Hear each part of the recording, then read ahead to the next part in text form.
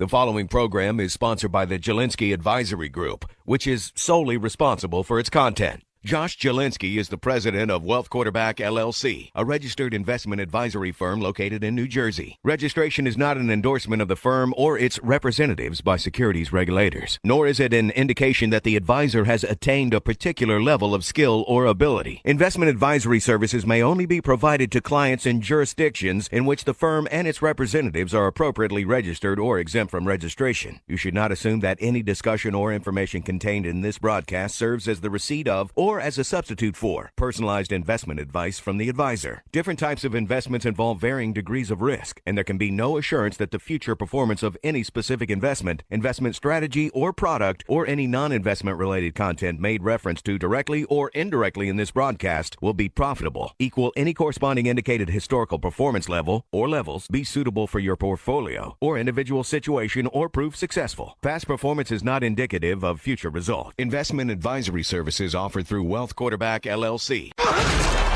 Tired of losing money in the stock market roller coaster? Frustrated with the government taxing you into oblivion? Worried about inflation? How do you prepare for so many financial uncertainties? Welcome to the show that will help you develop your game plan. The Financial Quarterback with Josh Jelinski. Josh is a noted financial advisor and president of the Jelinski Advisory Group, and he's here to answer your questions. Call into the show at 800-321-0710. 800-321-0710.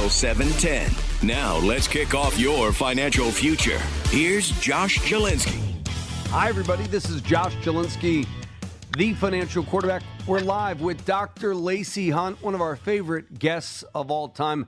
If there was a Mount Rushmore of guests, you would be on it, Dr. Hunt. You're too kind. Oh, so we're live on YouTube, live on Clubhouse, also on WOR, New York's big 710 AM talk radio station, Spotify, podcasts.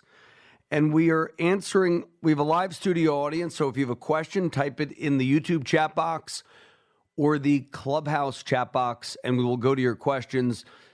Lacy Hunt is a Ph.D., financial author, internationally known economist, and executive vice president and chief economist of Hoisington Investment Management Company. So, Dr. Hunt, do you still do econometric modeling today? I don't do that anymore, but I have all of those equations and coefficients built into my head. Over the years, I estimated thousands, probably hundreds of thousands of different functions, consumption functions, investment functions, interest rate functions, a whole slew of them. And I keep the rest of the scholarly research. So although I'm not producing econometric forecasts, I do keep abreast of the work that's going on. And it's important to understand that economics is a science, not a physical science, but our knowledge base increases constantly. And so it's a demanding job to stay abreast of all the new things that we're learning. No, of course. And what does your research say right now about inflation or deflation? And that's a big question. Okay, it's a critical question, probably the most important question. Not surprising you would start there. The inflation rate is clearly coming down. We had a peak rate in the vicinity of 9. We've dropped down to about 5%. But I think that by September, the year-over-year increase in the consumer price index will be 3%, or maybe just a little bit above 3%. And when we get into 2024, I think there's a good chance that we'll be able to return to the Fed's targeted 2% in the core personal consumption expenditures deflator. This is it's been an antagonizingly slow process, but the elements are at work to bring it down.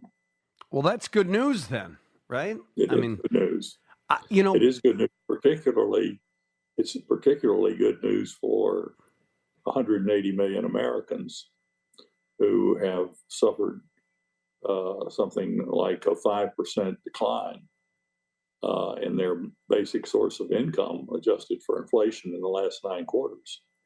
Our modest and moderate income households have been very badly affected by this inflation. the last 9 quarters are the worst for these 180 million people, really, since the late 1970s, early 1980s. It's more than 40 years ago. Keep in mind, the average age is only 38.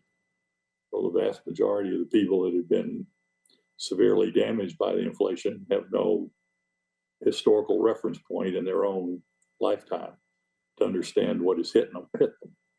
And that's why such prestigious surveys as the University of Michigan reflect a consumer that's very depressed and frankly quite concerned about conditions. So when you say 9 quarters of 5% inflation, does that mean over the last 9 quarters, that's a 45% increase in basic prices? No, I was talking about the change in wage and salary income for our full-time hourly and salaried workers after inflation. Okay. There's been about a 5% loss. We also have about 72 million retirees. According to the Social Security Administration, only 11% have income other than their Social Security check. So between the 120 million full-time hourly and salaried workers and the 65 or 67 retirees, there's been a very damaging impact of the inflation. Very damaging impact. I don't have anything other than Dr. David Ranson said something about 50% increase since this whole cycle started in inflation. And I sort of go with the pizza test, right? You know, pizzas used to be, I guess the inflation rate on a good pizza is about 100%. But I remember when pizzas were $12.50 and now they're $25 for a nice pizza. I don't know what pizzas are. I'm not talking the Costco pizza. I'm talking a really nice Italian pizza from New York, New Jersey, you know, a good place like Brooklyn. We even have those in Texas now, Josh. Oh, wow. You know, they always say that, and I think, yeah, I've heard there's New York pizza now in Florida, but whenever I go to Florida or Texas, I never get good. You know, if I go to Texas, I want to get brisket or something that you can't get up here, you know. Although now we excel in brisket. And if you ever come to Austin, I'll be pleased to take you to the best brisket place in the world. Oh, I want to go. You know, there is funny in Lakewood, for some reason, there is a Texas-style brisket place in Lakewood, New Jersey that I hear people raving about. But I don't want to go there because it's like $40 for brisket that you can get for like $5 in Texas. So. No, too, the prices have gone up here too. Yeah, so. And your point is really valid. You see, this inflation, like all inflation, is really heavily centered in what we call price inelastic goods that don't have substitutes. They're essential for life, such as food, fuel, and shelter. And your point is really well taken because for our moderate and modest households, a much higher percentage of their budget is in these basic necessities. And so when you talk about a 5% loss in the standard of living, it's really much greater as you go down the economic spectrum because their percentage of these necessities is a much higher proportion of their budget. And it's even a more devastating impact worldwide because outside the United States, income levels are not as high. And they spend an even greater percentage of their budget on the necessities. And so your point is very well taken. Yeah, for a lot of people, the inflation rate is much greater than the published inflation rate. Yeah, I would say it's been 50% since COVID. I have no economic thing other than we bought a van before COVID. That van cost, I don't know, 40, 45 grand. You buy that same van today, it's like 80 grand. Mm-hmm. So it's those price inelastic goods. I don't know. Well, you're talking about a durable good. That's price elastic. In the case of a van, you can do several things. First of all, you don't have to pay the higher price. If you need to fill your car up with gasoline, you need to feed your family. There, you don't have any choice. You're a price taker. So what's price inelastic? Food, gas? food, fuel, and shelter. There's no good substitute. When there are no good substitutes, the demand is price inelastic. The consumer has to basically take the price. What you can do, and we're seeing this now, is the consumer budgets are under such pressure that consumers are buying less fresh meat, and they're shifting down from beef down to fish and chicken. And now we're seeing a shift from fresh beef to canned beef, canned chicken, fish, and we're seeing consumers shift to store brands rather than name brands. And I think they're doing that because they've been badly hurt by the inflation. And so for a lot of people, the inflation rate is higher. But the published numbers are weighted based on the average market basket for all of us.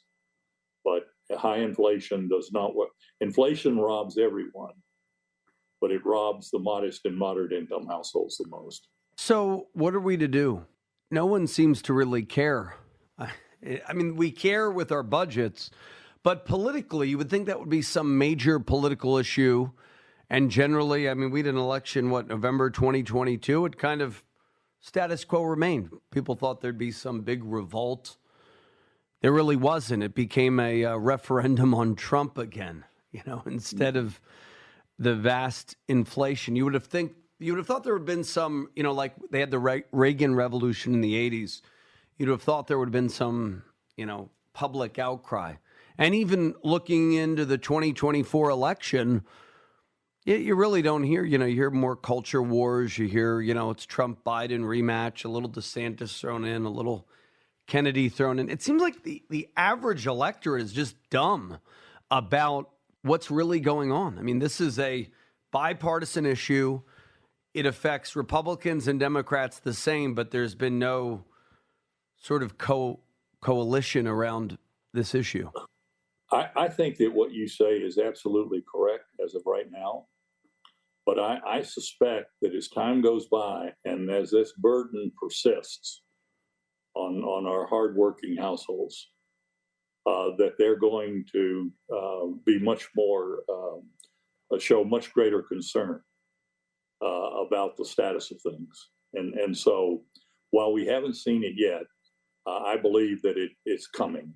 Yeah, I certainly hope so. Like we have, in the 90s, you had Newt Gingrich and Bill Clinton kind of compromised together to lower the debt. It seems like with the debt ceiling talk, seems like more of the same. So, well, keep in mind that a large part of the problem was a catastrophic error at the Federal Reserve as part of the coordinated monetary and fiscal policy response to the pandemic.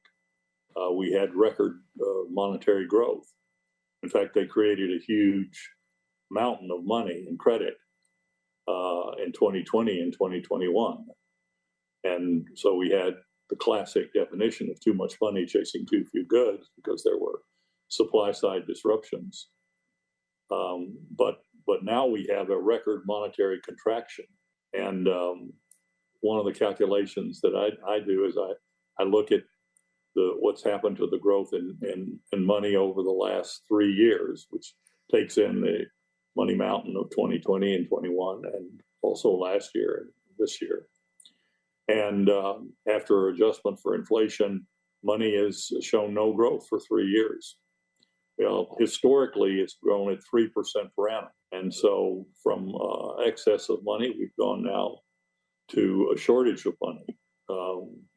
The bank credit, which is the bank's lending and investing, bank credit adjusted for inflation over the last 3 years has also gone negative. And so the factors that created the inflation are being reversed. And these processes work very slowly, but they are effective. And I think another thing to take into consideration is that if you look at the supply chains, the New York Fed has developed a supply availability index. It indicates that the supplies are now more available than they were at the depths of the great financial crisis. So We're going to see a change, and it's going to be difficult for a lot of industries because we've had a tremendous explosion in, for example, homes, rent, automobile prices. You mentioned that, but household income is not kept up. It's lagged far behind, and so you have a disconnect between the price of these big ticket items and what's happened to household income. So they're going to have to be, this process is going to have to work itself out. It's going to be difficult, but it's happening. And some of the economies that are much worse shape than we are fundamentally because of excessive over-indebtedness, poor demographics, other considerations like China, which is heavily dependent upon selling to the rest of the world.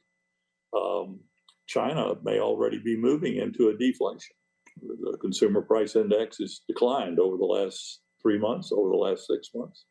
Wholesale prices quite negative over the last year. So that although inflation is still high and it's remaining sticky, the picture is not only changing domestically, but it's changing internationally as well. So I'm looking at a median sales price house sold for the U.S. and saw a precipitous drop from average price was $479,500 median price Q4 2022 down to $436,800 Q1 2023. And I believe it'll fall further in maybe areas that kind of grew white hot, like parts of Texas. But I'm seeing, and maybe you could comment on that as a Texan.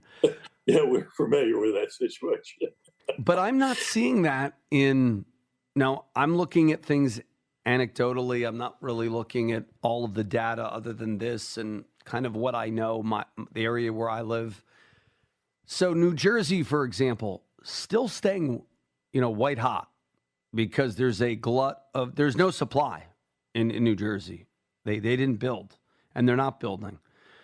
And then all of New York seemed to have come down in New Jersey due to COVID. People don't want to stay in the city anymore based on government lockdown. So it seems to have almost caused a generational shift. So am I just, and I'm looking at Florida, which, Florida's booming. It seems like it's stalled.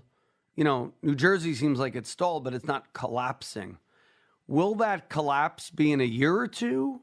Or is that just a new normal in some of those areas? So if you think of like California was hot for 20, 30 years, is now nobody wants to live in California anymore. When you look at housing, how much of that is regional versus the average? I think there are vast regional differences, but I also think that your characterization is correct. And one of the situations here is that people bought in at very high prices, but when they bought in, the mortgage rates were exceptionally low.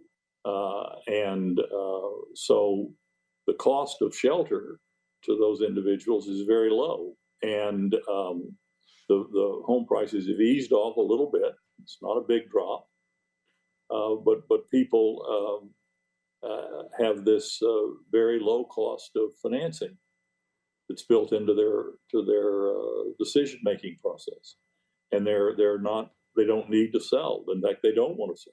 There are indications that people are declining opportunities for promotion if it entails a move, because they don't want to give up the cost of their current house. So the existing home prices are holding relatively firm there with these regional differences. The biggest downward adjustment has been in the new home prices, where the builders have inventory.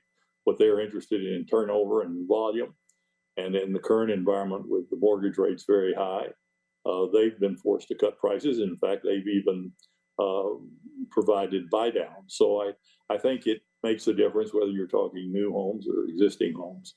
But right now we have a major disconnect, and we've made only a partial adjustment of bringing some of the big ticket cost into alignment with income. And right now there is a huge disparity, very huge, unprecedented, really. Have you seen where there's, in your study of history the last 100 years, it almost seems to me big jump in prices and now there's a new floor. So it's almost like that 479, that may go down to 400 regionally or 350, which would be a sharp decline. But whereas the old floor maybe was 225 nationally, now it's going to be 325 or 350. Have you seen in your studies of history, like, is it just now like people think a house costs $500,000, to raise a family of four? So that's sort of I think of even places in New Jersey that should be 350. Now they're $500,000. Now they're not, maybe it was 600 a year ago and now it's 550. But it seems like nobody's selling now if they don't get their number, because in '08, people had to sell because they had ninja loans. They were getting foreclosed on. You're not seeing a ton of foreclosures because a lot of people bought with cash or low debt, low interest rates for 30 years. I mean, I have a mortgage, 2.5% for 30 years. I'll keep that forever, even if I can pay it off. I think that the process is going to require time. But there's a critical element in the picture that we haven't discussed. And the reason that people have not been willing to cut the prices is not only the fact that they're well situated and they have low financing costs, but the labor markets have remained relatively firm. But the labor markets are in the process of changing. And I think they're going to get much weaker as we go through the balance of this year and into next year. And so I think it's best if we hold off judgment to actually the degree of adjustment that will take place once the labor markets become more difficult for the typical person. Now, that's a good point. Okay, we're going to go to the audience. We have Wusa, who has a question. Has the Fed overcorrected for inflation? And what are the risks associated with that? Well, that's an excellent question. And keep in mind that a lot of this inflationary problem was created by the Fed and in conjunction with fiscal policy. This combined monetary fiscal policy. The Fed really is supposed to be independent. They became partners of the fiscal folks during the pandemic. When the pandemic response blew up with inflation, the fiscal folks left, leaving the entire job on the Fed. Makes it very difficult. But keep in mind, broad measures of money and liquidity increased 20% per annum for 2 years. So the average rate of growth in nominal dollars is 7%. Unheard of. And I think that when you have these extreme monetary fluctuations, they tend to boom the booms. And then when you have a record monetary deceleration, such as we now have, that slumps the slump. And the Fed is ill-advised to swing monetary policy so radically, both to the upside and then to the downside. As a matter of fact, if you look at inflation and if you look at money growth in inflation-adjusted terms, we have the largest contraction since 1934.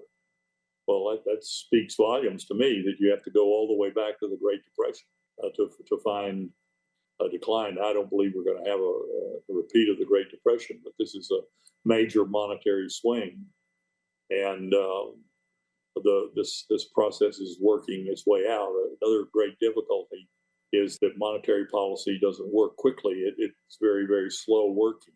I like to think of the economy not as one business cycle, but 3 interconnecting sine waves.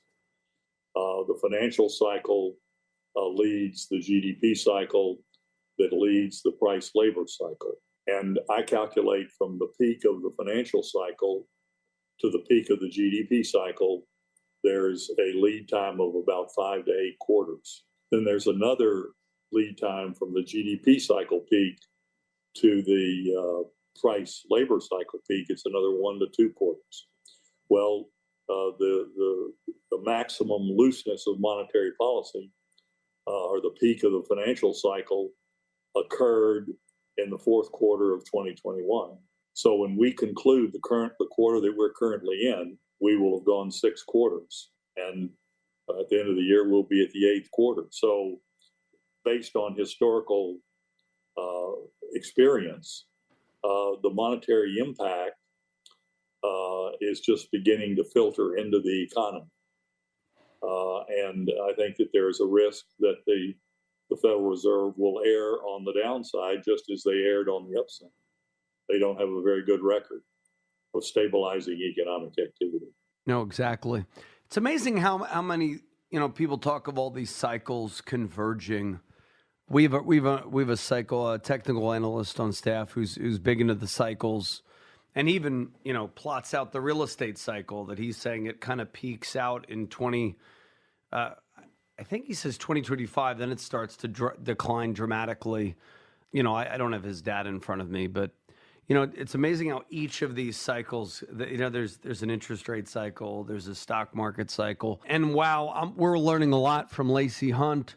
Want to thank you, Lacy, for just such an impactful interview.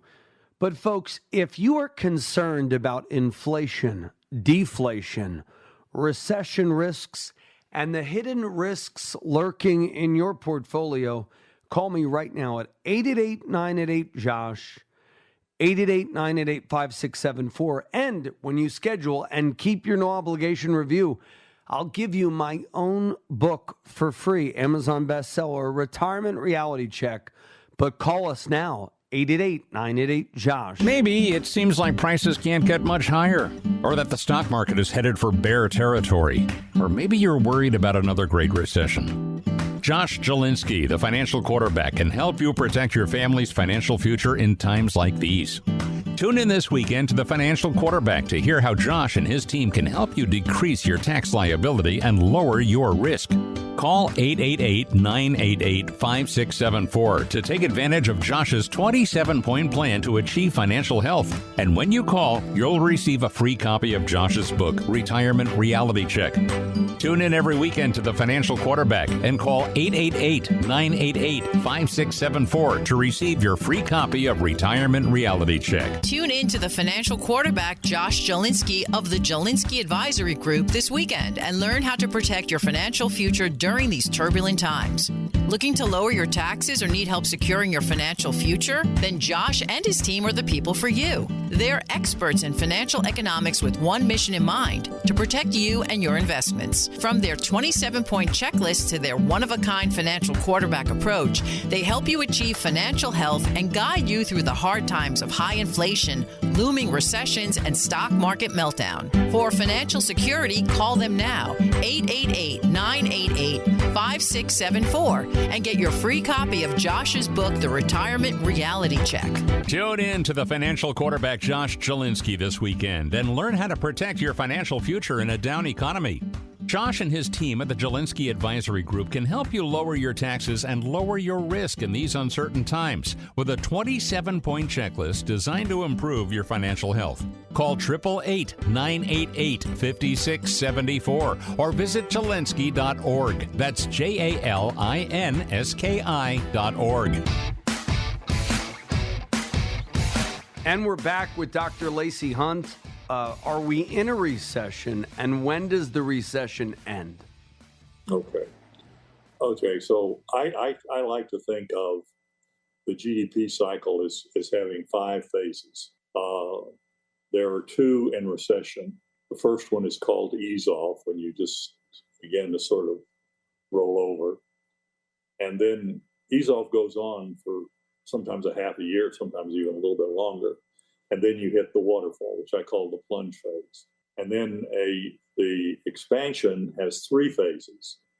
The first is revival. You come down to the trough, you start turning up. Then acceleration, when you really kick into high gear. That's the middle part of an expansion. And then there's a maturation.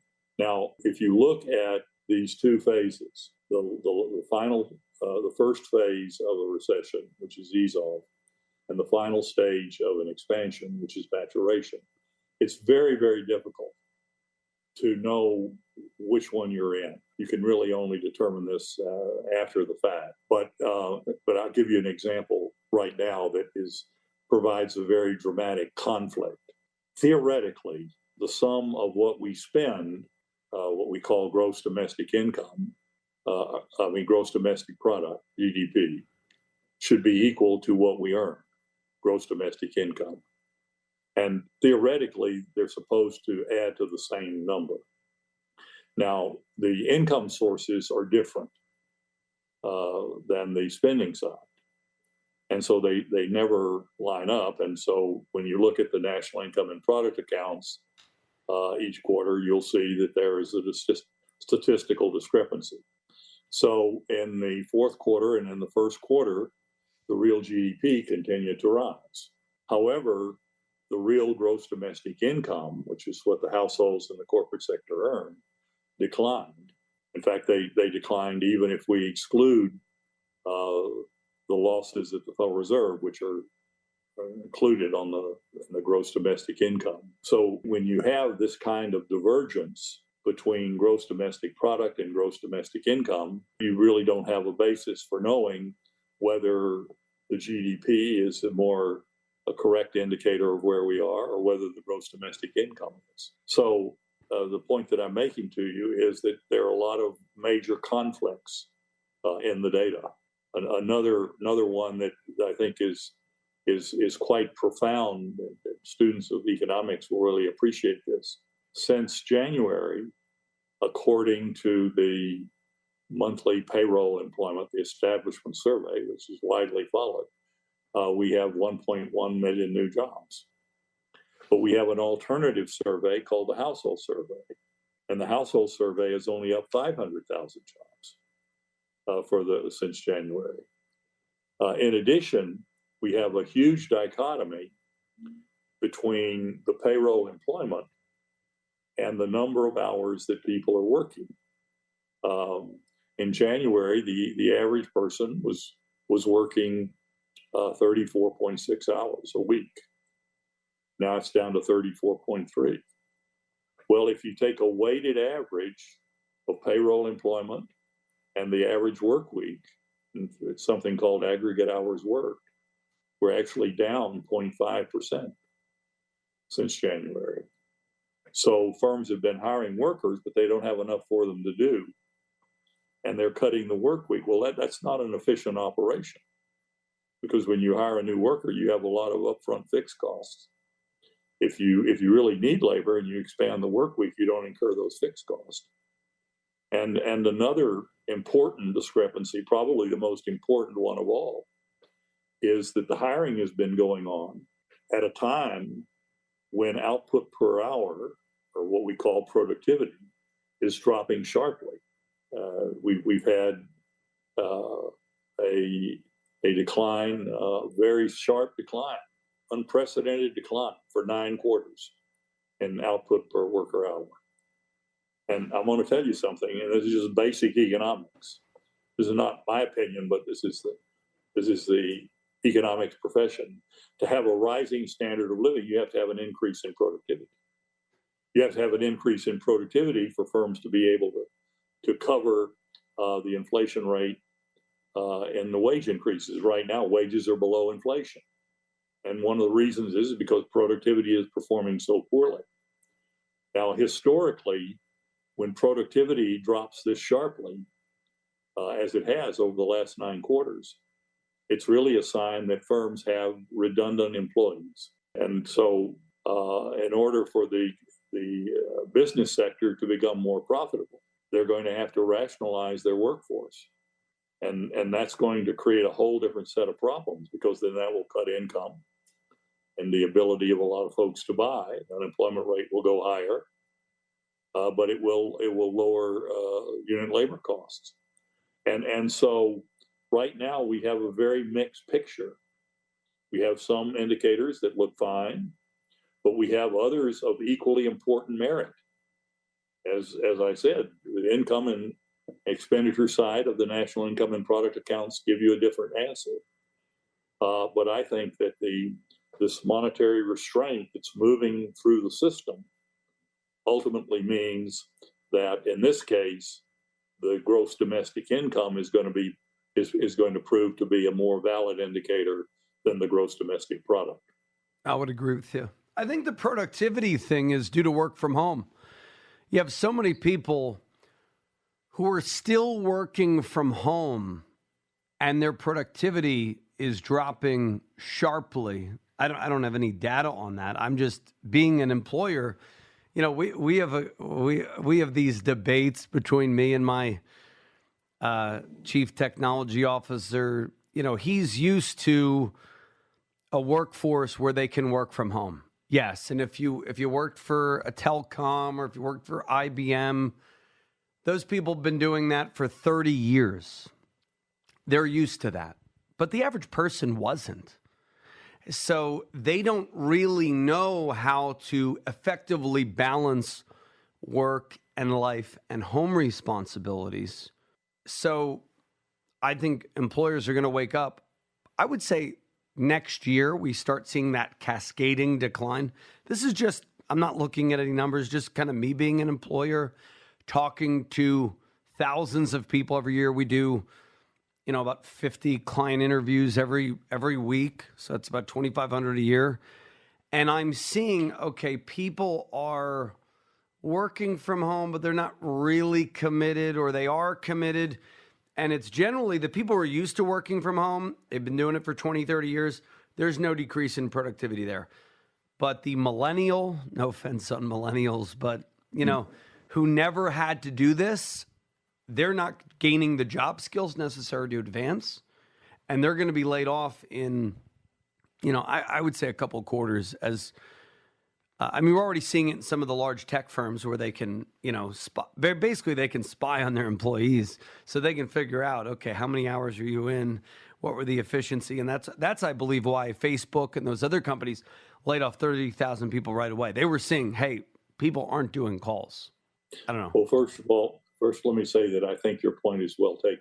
I think that there is some loss in productivity, but that factor alone, I don't believe explains it all. And another element is that when things were really hot as a pistol in 2021, and this inflation was roaring itself up, and a lot of industries were firing ahead, they extrapolated those demand increases to 2023, 24, and 25. And it was hard for them to obtain workers. And so they got in a frantic position of bidding for them. And they've gradually been able to stock up. Well, that experience, first of all, it means that they've overexpanded.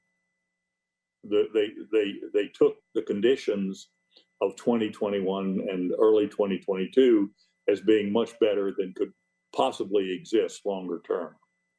And so now they have too much capacity. I'll give you another example. In the early 1970s, there was a monetary fiscal policy coordination between President Nixon and the Federal Reserve led by Arthur Burns.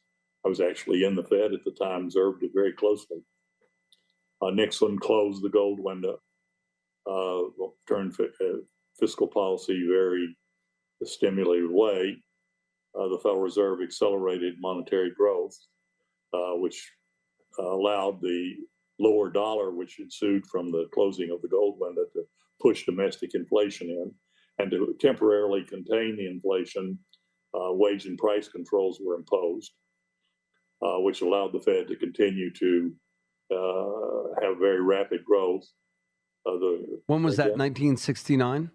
It was 1971. Okay. August of 71, right ahead of the 72 election. And the independence of the Federal Reserve was greatly compromised. Arthur Burns was made chairman of the Interest and Dividend Control Committee, which was part of the price and wage controls. And he was chairman of the Fed. That should have never happened. And then the inflation blew up. Firms couldn't initially obtain workers because labor markets were so tight. When demand turned down, the firms hoarded their labor. They held on to them. But then as the inflation was contained and the overinvestment became apparent, then had a big increase in the unemployment rate. Firms were forced to cut back because productivity was so dropping so sharply. But the current drop in productivity right now is more serious than it was in 73 and 74, which means that the overstaffing is greater than it was then. And so I think that there was a major miscalculation of what was invested, not only in plant and equipment, but in people. And when there's a major miscalculation like that, I think it's very difficult to admit that you made a mistake.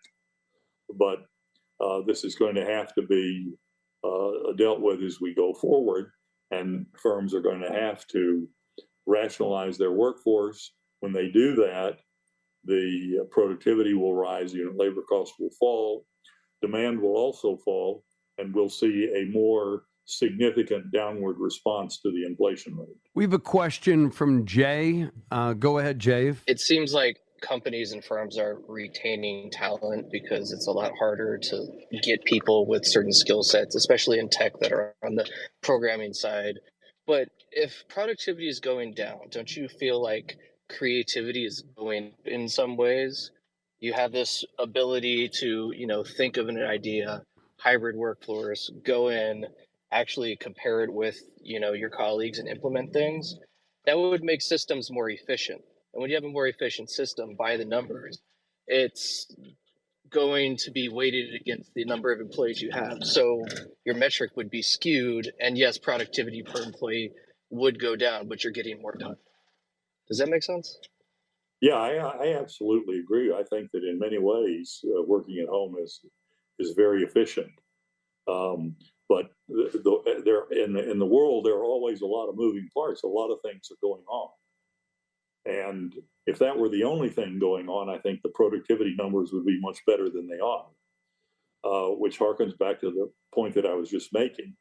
I think one of the reasons that the dominant element in the productivity problem, which is severe, really unprecedented, that we're experiencing right now, is the fact that firms over-anticipated that the demand, the monetary demand during the pandemic response would continue, and they overexpanded, and that the overexpansion is dominating whatever creativity effects are originating from the work at home. I think your point is well taken, and it's a fact of life. I agree with it, but there was a far greater problem, and that was the overexpansion, massive overexpansion. Great. We have another question from the audience, which is, what happens if everything going on makes traditional models of forecasting irrelevant? Do we need new models? Kind of an interesting question. In other words, this time it's different. I guess. Business cycles are never alike, but they definitely rhyme. And I don't really see anything unique or that's extremely out of the ordinary other than the pandemic response. The pandemic response was, we really only had this one other monetary fiscal policy coordination. Another difficulty, one which I freely admit to having not dealt with it very well myself, is that the Federal Reserve was set up to be lender of last resort, not spender of last resort. And I think the Fed overstepped that bound. And this added to the problem. And so a lot of the difficulty that we're having belongs to the faulty response of both monetary and fiscal policy. I think that we should not have expected the fiscal policy partners to be there. They make a deal with the Fed, but when there's a problem, then the Fed has the entire cleanup job on its own hand. Arthur Burns made a deal with Nixon, but when the problem arose and became serious, Nixon was not responsive, and so the whole cleanup job fell on Burns. And this situation is really no different. It's a nice thing to talk about fiscal and monetary policy coordination, but I hope this country has learned its lesson. You want to keep the Federal Reserve independent. We're live with Dr. Lacy Hunt, one of our favorite guests of all time. People can find more about your work by going to Hoisington.com. I'm thinking of, talk about history rhyming. It's almost rhyming exactly with the late 60s, early 70s. And that exogenous shock of COVID is like the exogenous shock of Nixon taking us off the gold standard. And if that's true, we're in for a very rough decade. I have one cycles analyst who says we might have bad news from now to like 2029, just because of kind of the wet blanket effect that you talk of disinflation and debt. And if things don't improve, kind of we're screwed. But if you look at the S&P, and the S&P is not the same as it was in the 60s and 70s, but there are certain similarities. Okay, you have 1969, negative 8.4%. Then a little rally, 3.89, 14.22 in 71, 18.96 in 72. Then 73, negative 14.67, 74, negative 26.31. The thing that I'm trying to figure out is 2023 1970 or 75? If history's rhyming, and it's not exactly the same, but I do think I find it fascinating that you went right to the 70s. Well, there are a lot of potential similarities. In 1973 and 1975, as a result of trying to deal with the inflation that was caused by the monetary fiscal response in 71, we had a very deep recession. Depending on how you want to judge it, it was probably the deepest recession since the end of World War II, even deeper than the great financial crisis. It was very, very difficult.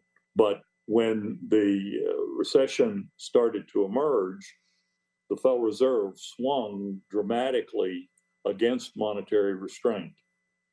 Now, the inflation rate had come down just a little bit, but the problem wasn't fully contained. And so when the Federal Reserve then reaccelerated monetary growth, the net result was that we took a deep recession from 73 to 75, but the inflation problem was not solved by the recession because Burns was so anxious to try to get the economy back to a better level of overall operation. And as a result of that, the inflation rate continued moving higher all the way, until the early 1980s. It took two new chairmen of the Federal Reserve. One, G. William Miller, who made even worse mistakes than Arthur Burns, and then he was replaced by Paul Volcker. Volcker finally succeeded. So, in large measure, this problem of the 70s, which you're referring to, and I think very wisely so, is that the Fed has to do the right kind of response. And